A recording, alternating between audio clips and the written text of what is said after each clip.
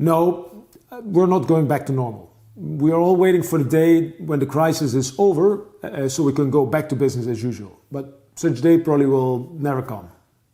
The corona pandemic is taking longer than we all expected, and if we want it or not, society and business are in the process of changing. So we're not going back, we should move forward to a new normal. If you want to get out of this as a winner, you should probably get used to this idea.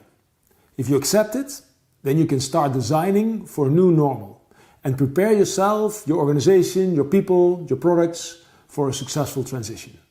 To design a new future, we should first get away from thinking in terms of limitations and design from the world of unlimited possibilities.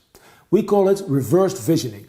First, we create an understanding of the current context of your team or organizations, your products, and observe how people relate, interact with this context.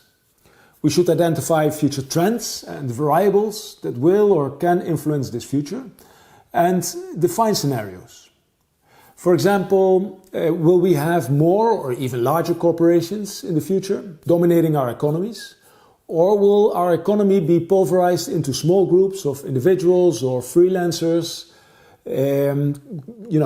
highly connected and building alliances, gig economy-like?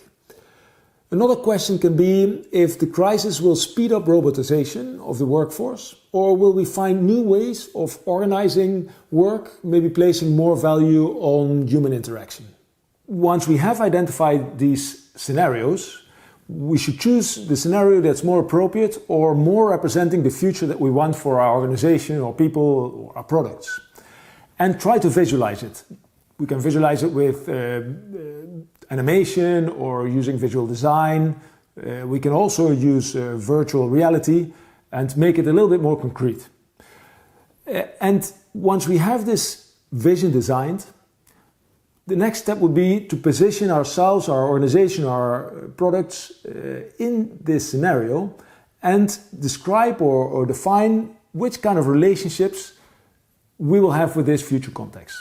And that will prepare ourselves on what needs to be done and what needs to be created in order to get to this future that we just have defined. And that's when the reverse visioning part starts. Let's say we have defined a future vision for 2030. Now we leap back to 2025 and we define what goals we need to reach in order to prepare to get to this 2030 goal. And then we leap back again to 2022, to 2021, and to today. What are the next steps we need to initiate in order to work towards this future vision?